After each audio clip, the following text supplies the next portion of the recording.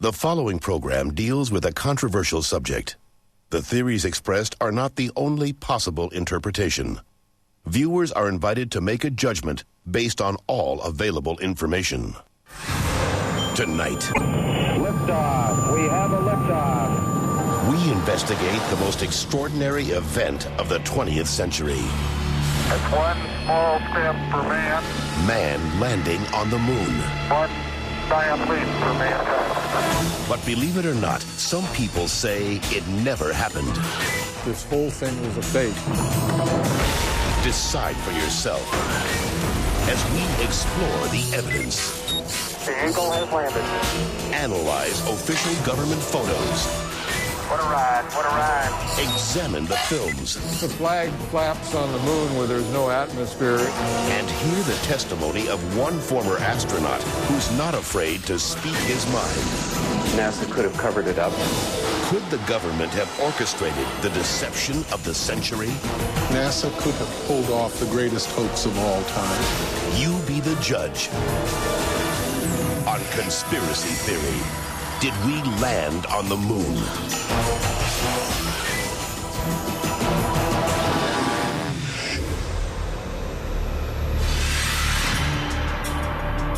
On July 16th, 1969, America held its breath. 10, 9, ignition sequence start. 6, 2, 1, 0. All engine running. Liftoff. We have a liftoff.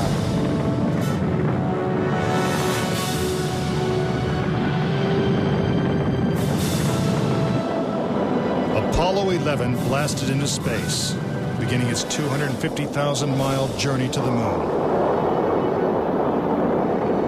During their 8-day voyage, the Apollo 11 astronauts saw spectacular views of the Earth, floated in a weightless environment, and supposedly went where no man had gone before. Guys looking good, down a half. Lights on, picking up some dust. 4 forward, drift into the right a little. Contact light. Okay, engine stop. We copy you down, Eagle. Houston, Tranquility Base here. The Eagle has landed. But did it? Did they really land on the moon? Most of us think so. Millions of people watched on television as the lunar lander touched down, and these unforgettable words were spoken. It's one small step for man.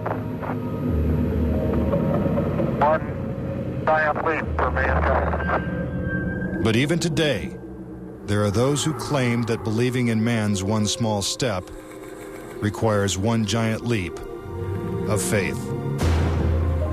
Bill Casing was an analyst and engineer at Rocketdyne, the company that designed the Apollo rockets. There were many problems that evolved during the 60s that led people to believe that we're never going to make it to the moon.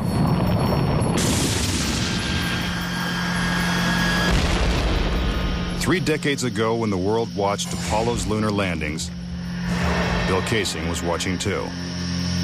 But what he saw on television, combined with his experiences at Rocketdyne, made him a skeptic. The whole thing then seemed phony to me.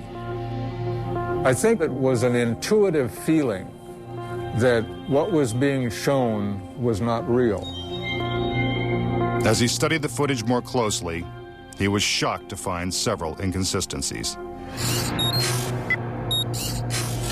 Casing observed that despite the clarity of deep space, the stars were missing from the black lunar sky.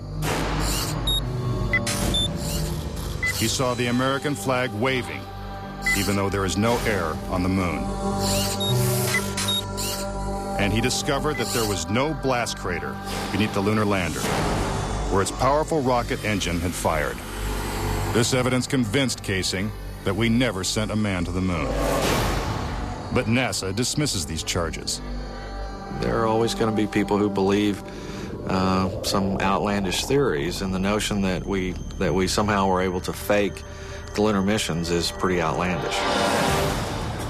As outlandish as it might seem, it has been estimated that as many as 20% of Americans believe we never went to the moon. But how could anyone think that one of the greatest moments in human history is a hoax? Is it really possible that NASA deceived the world? According to a former astronaut, it's entirely possible. Regarding the Apollo mission, I can't say 100% for sure whether these men walked on the moon. Brian O'Leary was a NASA astronaut in the 1960s and served as a science advisor during the Apollo moon missions. It's possible that NASA could have covered it up just in order to cut corners and to be the first to allegedly go to the moon. Was getting to the moon first so important that our government would consider faking it? To find the answer, we have to go back 40 years, to a time when America and the Soviets were locked in a struggle for world domination. People assumed that the nation that won the space race would win the Cold War. We defined that as being first to the moon. It was a time of more or less national hysteria. On October 4th, 1957, the Soviets terrified America when they sent Sputnik, the world's first satellite, into orbit. The New York Times had to publish an article explaining to Americans that it did not carry nuclear bombs that could be dropped on the city from that altitude. The American public's fear of nuclear annihilation intensified as Russia took the lead in the space race. House Speaker announced in Congress that we may be headed for extinction. Many feared that the Soviet Union's ultimate goal was to put a missile base on the moon. Meanwhile, America's space program was having difficulty even getting off the ground. The chances of getting to the moon and returning safely to Earth were something like 0.0017%. In other words, virtually an impossibility. What actually happened, in my mind, is that during the 60s, they said, if you can't make it, fake it. But if the Apollo missions were fake, how was this monumental hoax accomplished? According to Casing, the launch of Apollo's Saturn V rocket was real. It just never sent astronauts to the moon. The astronauts were launched with the Saturn V. Then, in order to account for their disappearance, they simply orbited the Earth for 8 days. And in the interim, they showed these fake pictures of the astronauts on the moon. But on the 8th day, the command capsule separated from the vehicle and descended to Earth, as, of course, was shown in films.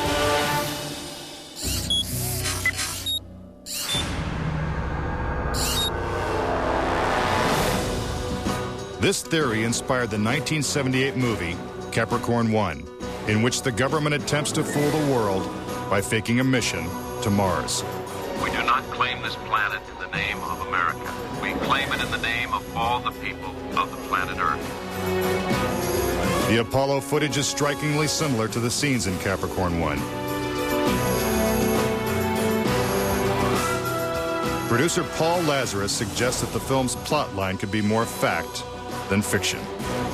I believe, had they wanted to, that NASA could indeed have pulled off the greatest hoax of all time, never sent anyone to the moon, and recreated it in a television studio.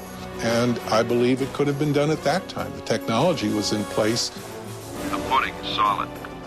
The surface seems powdery. Surface is fine and powdery. I can pick it up loosely with my toe. What we put up on the screen was our own simulated version of whatever we could do within a $4.8 million budget.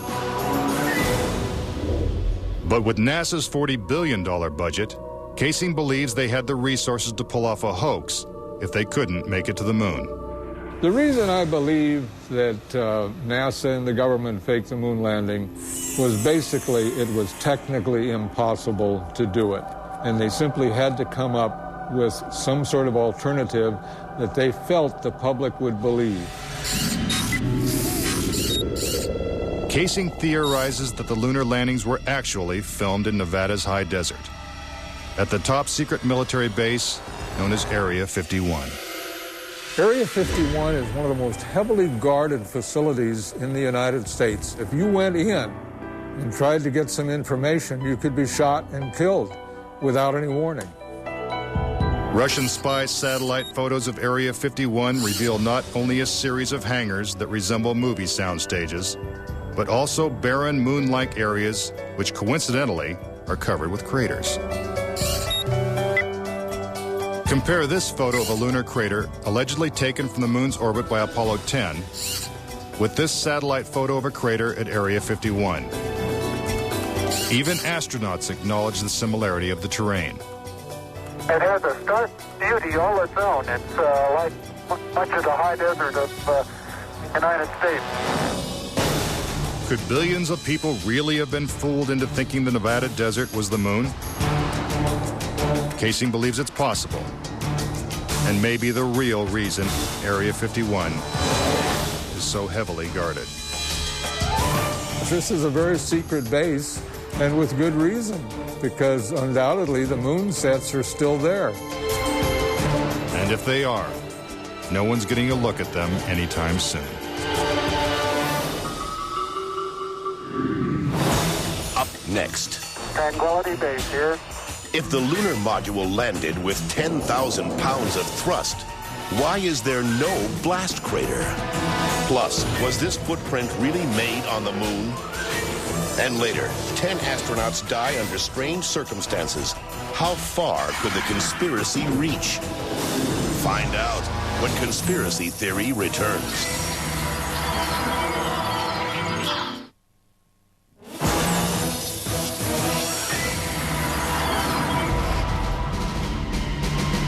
We've all been led to believe that on July 20th, 1969, the Lunar Excursion Module, also known as the LEM, carried American astronauts to the surface of the moon.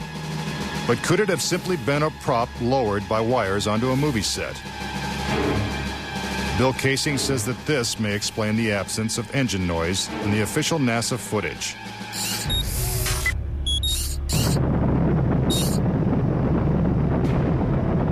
The noise level of a rocket engine is up into the 140, 150 decibel range. In other words, enormously loud.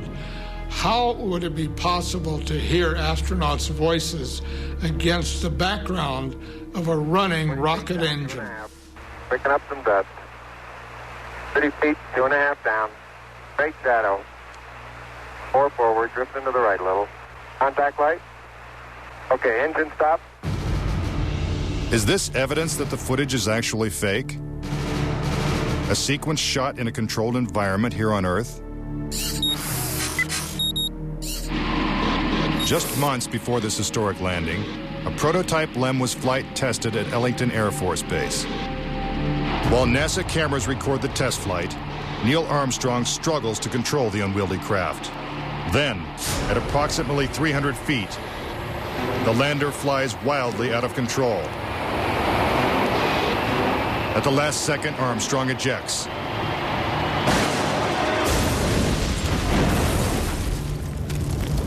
And floats to safety. If the lander was so unstable and difficult to fly in the controlled environment of Earth, then how could the LEM land 6 times flawlessly in the alien environment of the moon? The LEM had a single engine mounted dead center, and then they had little push jets, thruster jets, a couple of them up on top. This was supposed to control their attitude as they came down. Well, I'll tell you a secret. The instant you moved your tail in that cabin an inch, you would change the load pattern, it would begin to tilt, and it would start that thing spinning.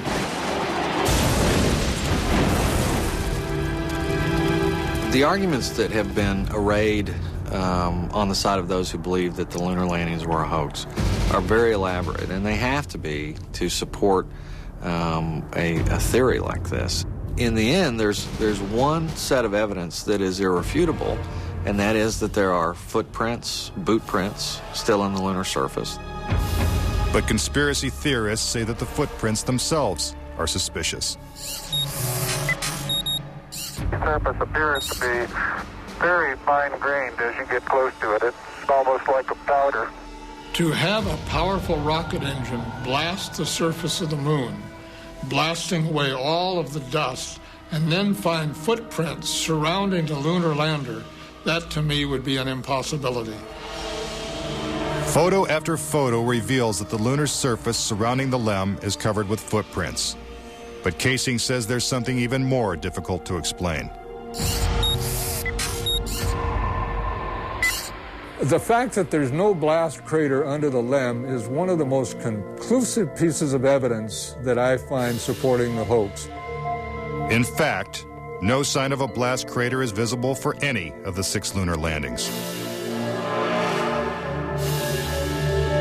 But LEM specialist Paul Fiel says he can explain why the lunar module left no crater when landing on the moon. The amount of thrust that you need coming out of the bottom of the descent engine is about 1,500, 2,000 pounds of thrust. And all that does is just push dust away. There's no burning or anything like that. Yet NASA's own scientific illustrations clearly depict a blast crater. Then there's one other point. If they had truly landed on the moon, this dust would have then descended on the lunar lander, on the foot pads, and we find not a trace of dust on the foot pads. When I discovered that alone, I said, no way am I looking at a lunar lander that landed on the moon.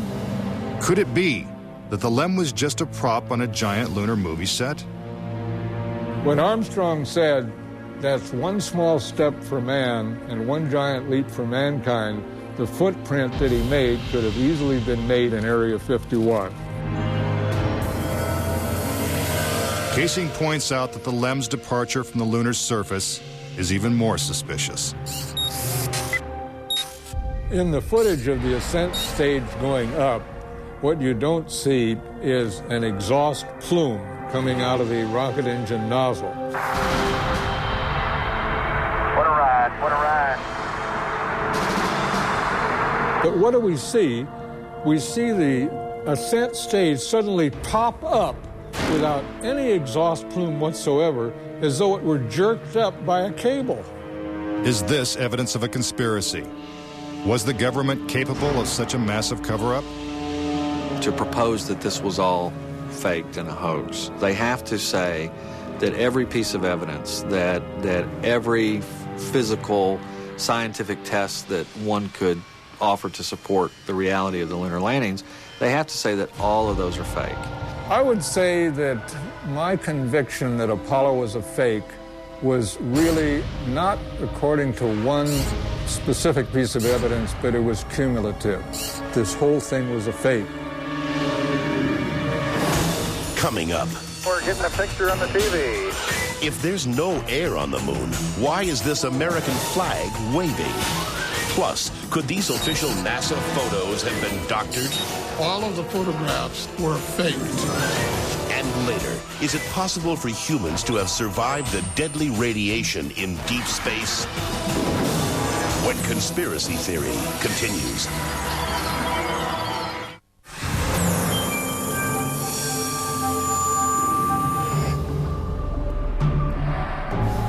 If the moon landings were actually filmed on a movie set, then where's the evidence? According to David Percy, an award-winning filmmaker and photographer, the proof is in NASA's own lunar photos and video. Our research suggests that images of the Apollo landings are not a true and accurate record. In our view, the Apollo pictures were faked. Many of the images are replete with inconsistencies and anomalies. In fact, Percy claims that when examined, these images suggest that man never went to the moon at all.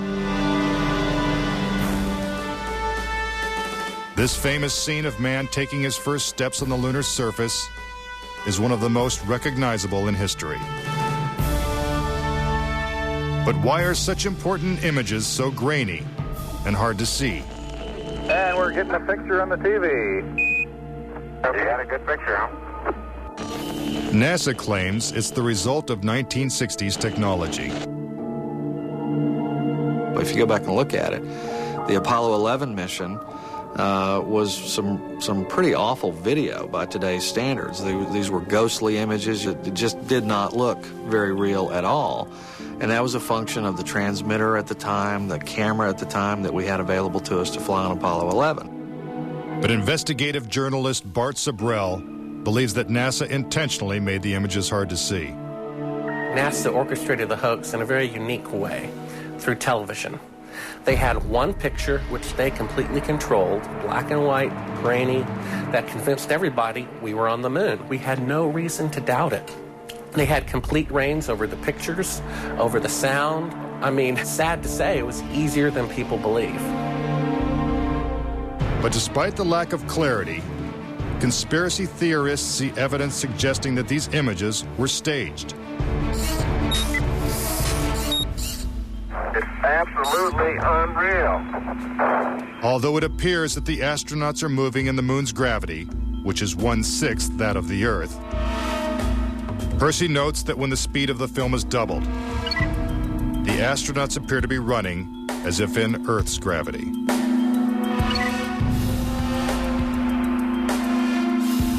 Also, when the footage of the lunar rover is doubled in speed, it looks as if it's driving here on Earth. But there's another reason some believe the Apollo missions were shot on Earth.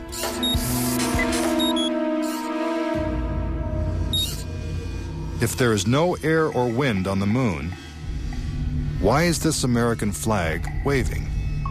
The fact that the flag flaps on the moon where there's no atmosphere means that there must have been a little blast of wind out in Area 51 where they shot this. Could these questionable images simply be the result of astronauts struggling to plant the flag into the lunar surface? Or is there more going on than meets the eye? What about the still photography? Some say the design of the bulky spacesuits would have made it extremely difficult for the astronauts to operate their chest-mounted cameras. The man who designed these cameras is Jan Lundberg. Once on the moon, on the lunar surface, in the dress, in the life support system, you couldn't see the camera.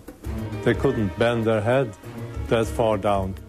They had no viewfinder. They had to aim by moving their body. Click, click, click. If the cameras were so difficult to manipulate, how were thousands of photos taken with crystal clarity and precise framing? The pictures that we see that allegedly were taken on the moon are absolutely perfect. But with closer examination, Casing says flaws begin to emerge. Unfortunately, errors were made which are now being discovered. Conspiracy theorists point out that lighting is a major flaw in the lunar photos. Case in point, on the moon, the astronauts' only source of light was the sun. They had no extra lighting, no flashes or things like that. Yet in this photograph from Apollo 14, the shadows are cast in different directions, suggesting multiple light sources. The shadows cast by the rocks in the foreground should have been east-west, like the LEM shadow. And in this photo from Apollo 17, again the shadows are pointing in different directions. Outside in sunlight, shadows always run parallel with one another. So the shadows will never intersect. Conspiracy theorists say it's not just the shadows that indicate the use of additional lights, but what has been photographed in the shadows. For example, here's an astronaut who descends into a huge shadow cast by the lunar module. Yet his entire body is still visible. How is it that he is not shrouded in darkness? Here's the same maneuver from another Apollo mission. Again, the astronaut is brightly lit in what is obviously dark shadow. And in this picture, the sun is directly behind the astronaut. His figure should be a silhouette. Yet even the smallest characteristics of his suit are recognizable. It seems like he's standing in the spotlight. And I can't explain that. That escapes me. Why? And finally, in this picture with the sun behind the lunar module, the front of the craft is clearly visible. The words United States are crisp and clear. How could these backlit pictures be so detailed? It's because there's more than one light source, which means they're not on the moon. But NASA simply dismisses these arguments. There are a number of claims that the pictures taken by Apollo astronauts were faked. And there are so many, it would be an exercise in futility to go off and try to answer all of those. But the questions continue. Why do some of these images shot at different times and different places appear to have identical backgrounds? These two photos seem to have the same mountain backdrop, yet the lunar module is only present in one of them. Seemingly impossible, since the LEM never moved and its base remained even after the mission. What a ride, what a ride. Some suggest the same artificial backdrop was used when shooting two entirely separate pictures. Background discrepancies are also apparent in the lunar video. The best evidence are some pictorial anomalies in the photographic record of the trip to the moon. There is one for Apollo 16 where the same shot, the same hill, appears in 2 different days. This tape was shot on what was reported to be the first of Apollo 16's lunar excursions. But it couldn't pick a better spot. And this video was from the next day at a different location. That is the most beautiful sight. NASA claims the second location was 2.5 miles away. But when one video is superimposed over the other, the locations appear identical. The conspiracy theorists see that as evidence that we didn't go to the moon, that it was staged, and the opposite point of view is that it's a case of bad editing. It's absolutely unreal. Conspiracy theorists claim that even closer examination of the photos suggest evidence of doctoring.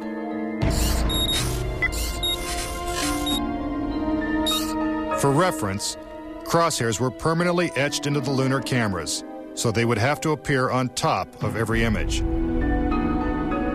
But in this photo, a crosshair is behind a part of the lunar rover. This situation is impossible and has to be the result of technical manipulation and doctoring of the image. And in this photo from Apollo 11, the equipment in the foreground is covering the crosshair, not behind it. And in another from Apollo 12, the American flag is covering one crosshair and the astronaut is covering the other. When presented with these questionable photos and videos, NASA refutes the conspiracy theories. Some range from incredibly complicated to incredibly goofy. There are arguments that are wrong optically, they're wrong physically, they're wrong scientifically, they're wrong historically. There's a great deal of claptrap that is sort of woven in to these arguments. But despite what NASA says, conspiracy theorists still insist that Apollo was a hoax. When I looked at all the pictures and all the footage, I'm absolutely convinced, I bet my life on it, that we didn't go to the moon. I know for a fact that we didn't. Coming up next, tragedy strikes the Apollo program. The program could be stopped dead in its tracks. 3 astronauts die in a pre-launch simulation. But was it an accident? He was going to blow the whistle on the whole project. And later, could the astronauts have survived a trip into deep space? Before they got 1/2 to the moon, they would have picked up a death dose of radiation. Next, on Conspiracy Theory.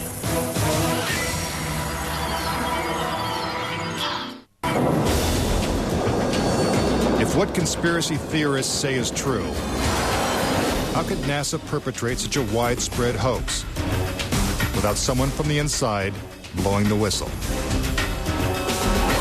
Virgil Gus Grissom was selected as one of the original 7 astronauts. A family man and a veteran of several space flights, he was a national hero and was likely to be the first man to walk on the moon. But Grissom was also an outspoken critic of the space program and was quoted as saying, "Someone's going to get killed." Unfortunately, Grissom's worst fears were soon realized. On January 27, 1967, 2 years before the first moon landing, Grissom and his crew boarded the Apollo 1 capsule for a full-scale simulation.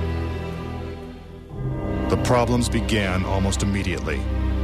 First, the capsule's communication systems failed. You copy? No, I didn't read you, Chuck, at all. I can't read you, Chuck. You want to try the phone? How do I get the moon? We can't pass between three buildings. I can't hear what you're saying.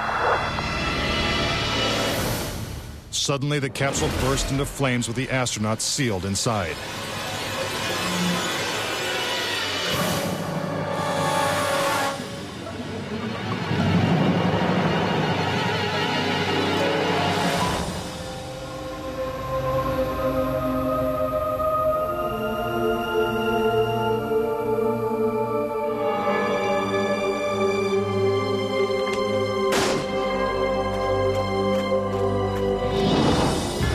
Tragically, Gus Grissom, Ed White, and Roger Chaffee lost their lives before ever leaving the launch pad.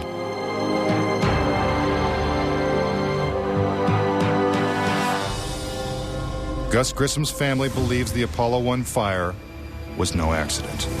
I think it was intentionally sabotaged by someone. It's been a question in my mind, what was found in the accident investigation and how was that handled? Was the CIA involved or whoever? But it was done intentionally. Grissom's family doesn't know who was responsible for his death or why it happened. But they say NASA knows the truth. Gus gave his life for this program, and I feel like that it is up to NASA to come forward and give us a direct answer to what really happened. Were Gus Grissom and the Apollo 1 astronauts victims of a tragic accident? Or were they intentionally silenced because they knew too much? We may never know. The cause of the fire is still a mystery, and the capsule remains locked away at a military base. But Grissom wasn't the only Apollo critic to meet with a suspicious and untimely death. Thomas Ronald Barron was a safety inspector during Apollo 1's construction. After the fire, Barron testified before Congress that the Apollo program was in such disarray that the United States would never make it to the moon. He claimed his opinions made him a target. Has there been any pressure on you by NASA? Nothing. We were, my wife and I were somewhat harassed at home when the first thing broke some time back, but it's gone away now. As part of his testimony, Barron submitted a 500-page report detailing his findings. There was a real fear that the program could be stopped dead in its tracks. Then exactly 1 week after he testified, Barron's car was struck by a train. Barron, his wife, and stepdaughter were killed instantly. I believe that Thomas Ronald Barron was murdered because he had the truth to tell about the Apollo project. Barron's report mysteriously disappeared, and to this day, it has never been found. But the Apollo program continued, and so did the string of untimely deaths. Between 1964 and 1967, a total of 10 astronauts lost their lives in freak accidents. These deaths accounted for an astonishing 15% of NASA's astronaut corps. To keep something that's a lie wrapped up and covered over, you've got to eliminate all the people that can talk about it. Could the government have gone this far to pull off such an elaborate hoax? NASA says it's impossible. There were probably 250,000 people who were directly involved in the Apollo program, and another 500,000 people beyond that. 750,000 people can't keep a secret like that. That's just not going to happen. But Bart Sabrell insists that most NASA employees knew nothing of the deception. Very few people at NASA knew. The thing is so departmentalized. You got the person building the bolts in Houston, or doing this in Seattle, or doing this in Florida. No one knows the full picture. So, you had no one seen the full picture of anything except a handful of people. If the conspiracy theorists are right, and only a few people knew the whole story, then the truth may remain buried forever. When we return, could the astronauts have survived the deadly radiation of space? Getting them past the radiation belt would have been impossible. And a Russian cosmonaut breaks his silence when conspiracy theory returns.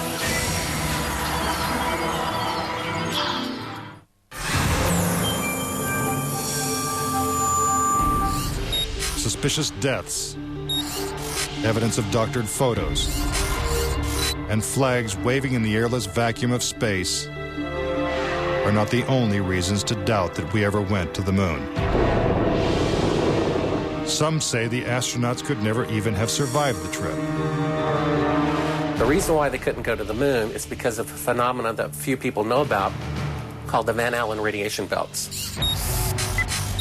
500 miles above the Earth, these bands of intense radiation surround our planet and are thousands of miles thick.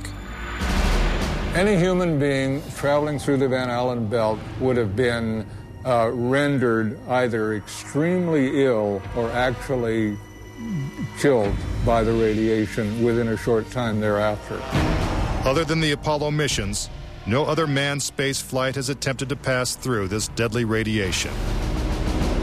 Every manned mission in history, Gemini, Mercury, Skylab, the Space Shuttle, has been below the radiation belt, all except going to the moon. To protect the astronauts, the capsule would have needed 6 feet of lead shielding, according to physicist Ralph Rene.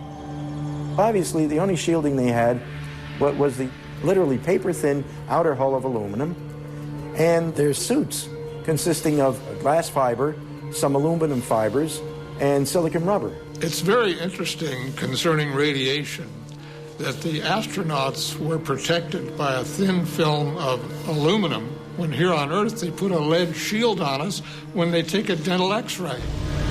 Some theorize that if the Van Allen belts didn't kill the astronauts, even deadlier doses of radiation deeper in space would have. Violent explosions in the sun called magnetic storms flood space with intense radioactivity. A magnetic storm will come along, and that can increase the intensity of the radiation belts by maybe 1,000 times above what it was before. According to Rene, the Apollo 16 mission coincided with one of the sun's most intense storms ever recorded. Around the rotating sun came this immense flare, the biggest one of the 20th century. It went on for 3 or 4 days. All the while it's slowly rotating around. Although the effects of radiation are horrific, ranging from hair loss to cancer to death, the solar flares had no adverse effect on the Apollo 16 crew.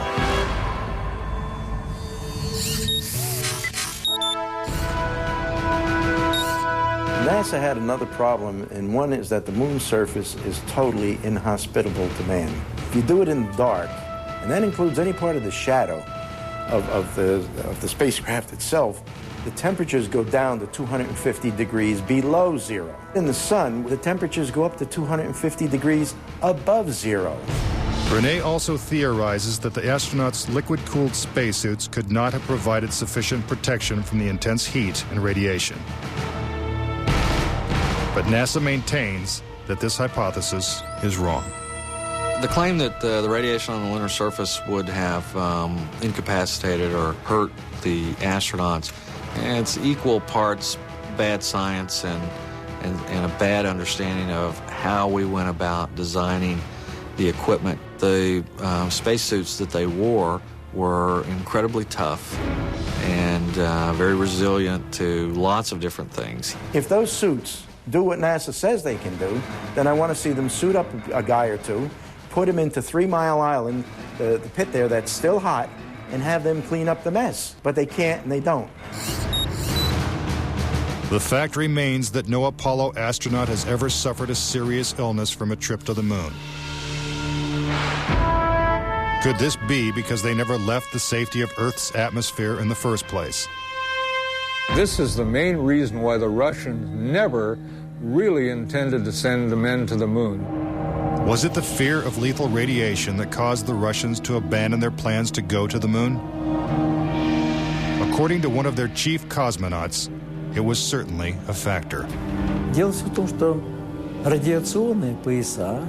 Of course, we were worried to go out into the unknown of space. Of course, we were fearful.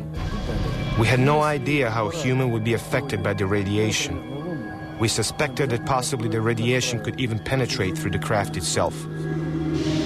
Are the deadly perils of space proof that NASA faked the Apollo missions? To this day, the Russians have never sent a man to the moon. And we have no plans to return. A final word when conspiracy theory continues.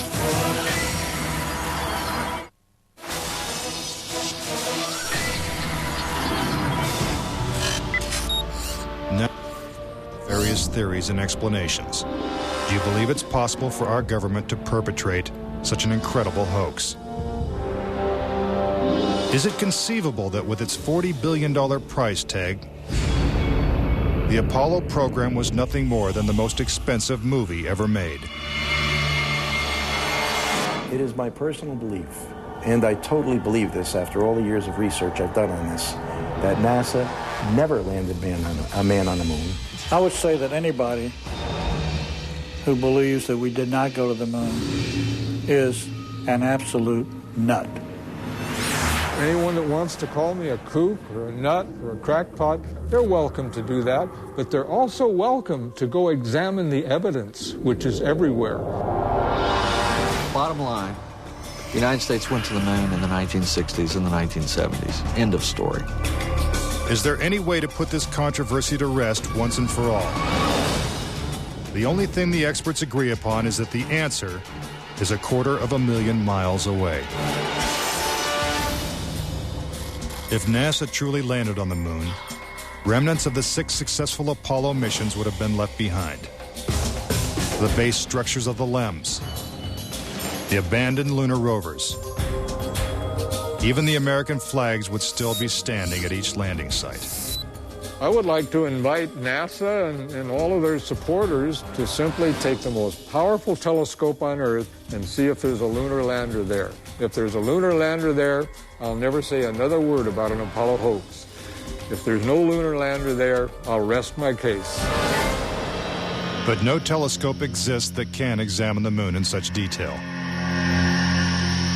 Do objects from the Apollo missions remain on the moon in silent testimony? Or is the conspiracy theory true? In 2 years, Japan will send an orbiter to take close-up photos of the moon's surface. What will they find? Until then, the question remains, did we land on the moon?